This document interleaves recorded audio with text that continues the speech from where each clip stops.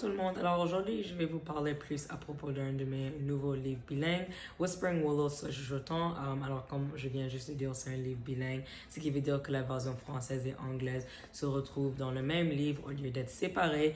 Et aujourd'hui, je vais vous parler plus à propos de mes inspirations pour avoir créé les illustrations du livre, la couverture et aussi quelques illustrations à l'intérieur.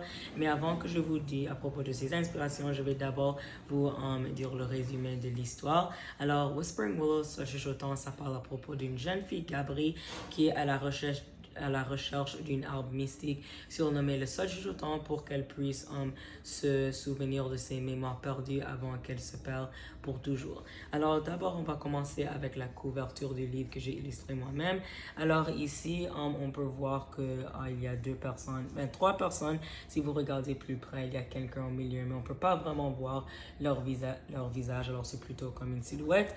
Mais ici, ça démontre Gabri et à côté d'elle, c'est Léo, qui est un personnage aussi important à Gabri, mais elle ne peut pas vraiment se souvenir de lui. Donc, à travers l'histoire, on apprend de plus en plus à propos de lui.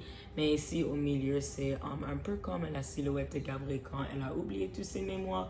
Alors, elle est maintenant perdue dans le monde enchanté, en train de retrouver le Sol Chuchotant. Alors, maintenant, à l'intérieur du livre, il y a une illustration que j'ai illustrée. Ici, ça démontre tous les personnages ou bien les amis qui sont en train de rejoindre Gabri sur son aventure pour retrouver le Sol Chuchotant. Alors d'abord ici, avec le cheveu brun, c'est Jeanne.